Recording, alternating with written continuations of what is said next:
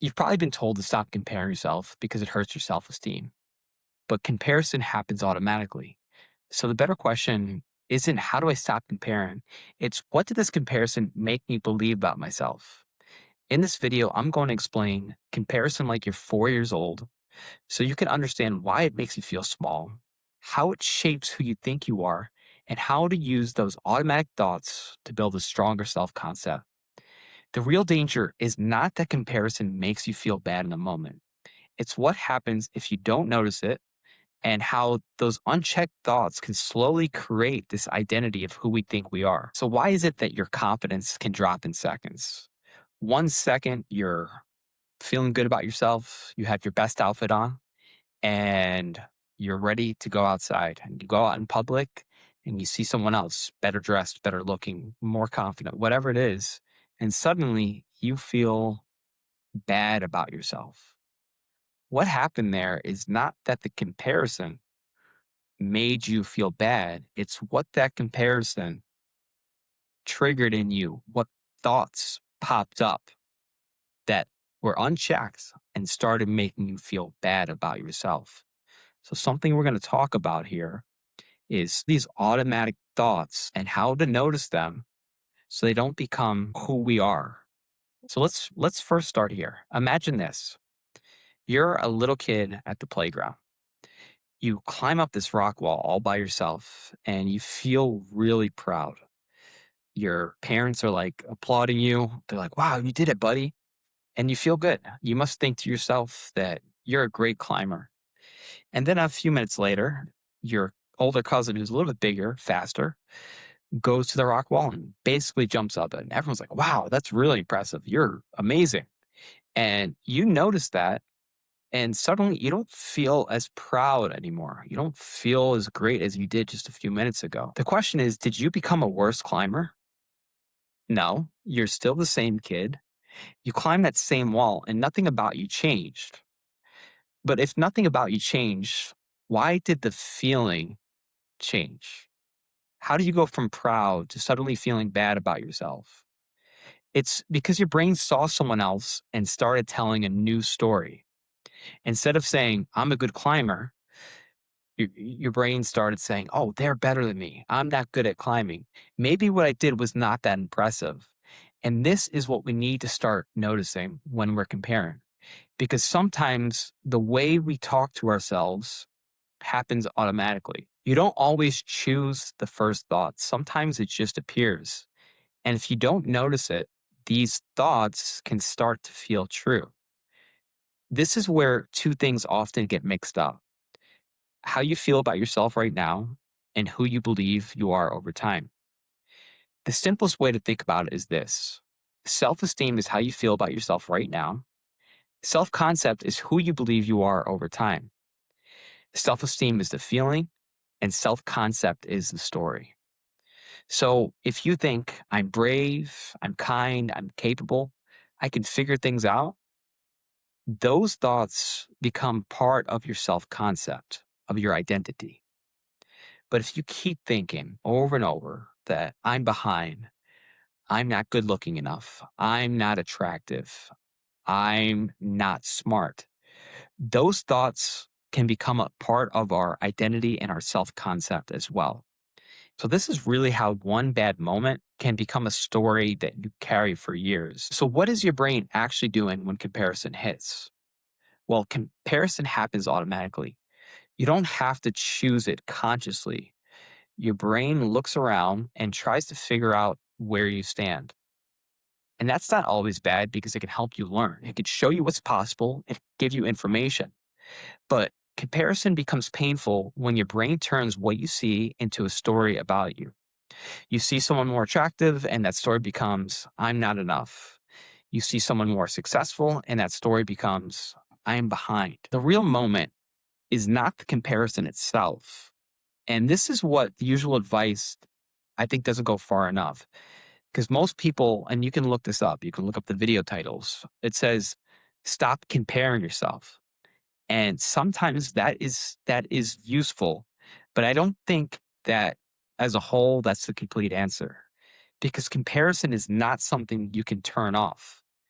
Your brain is wired to compare automatically. It takes in information constantly. We're surrounded and we see things, we hear things, we notice differences, and we make judgments. It's how we understand where we fit in the world. So instead of asking ourselves or trying to direct ourselves to stop comparing, the better question is, what did I just make this mean about me? That's the question that really changes everything. Because now we're not just being controlled by comparison, we're learning from it. We're noticing the automatic thoughts before it becomes a belief and reinforces or it breaks down the identity that we want to build for ourselves. So if comparison creates a thought that I'll never be that good, if you notice it, you can pause, you could see that thought, and you can challenge it and ask yourself, is that actually true? Is that useful? Or is that just a story that I've practiced for so long that I don't question it?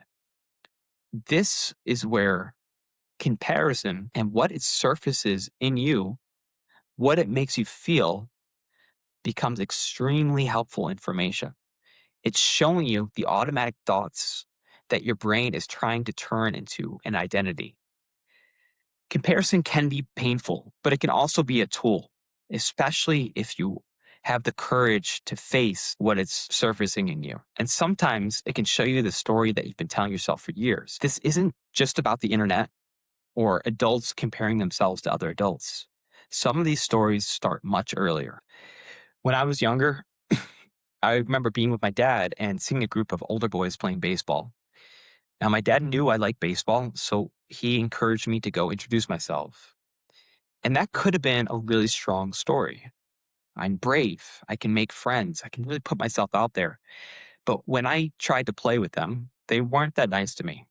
And they made me feel like I wasn't good enough to be there. But really, at that age, I didn't have the awareness to stop and ask, okay, what meaning am I creating right now? So instead, my brain started building the story that people don't want me around, that I'm not good at making friends. And this is how all this works. An event happens, we create meaning from it, and then we create stories that try to protect us. But sometimes those stories aren't just protecting us, they're shrinking us, they're limiting what we're capable of. Because the story your brain creates helps you avoid pain. For me, that old story eventually it started to evolve. Instead of me saying people don't want me around, it became more honest. It was, I don't really make friends easily, but when I do, those friendships are deep and meaningful. So that's a different story that evolved with new evidence. So the question is, how do you actually stop comparison from becoming your identity? Next time comparison hits, do this. Don't just say, I should stop comparing. Run what I call a comparison check. Like, know that this is happening all the time. Be sensitive to your own feelings. Don't avoid it, face it. And then you can ask this. First, what did I notice? Did I notice that someone looked better? Did I notice that someone talked better, had more success, got more attention? Then ask yourself, okay, well, what did I make that mean about me? And this is important. Did it did I make it mean that I'm not cool, that I'm not fun to be around, not enough, or less valuable? Because then you can ask, is this story, this thought, is it useful? Is it true? Or is it just familiar?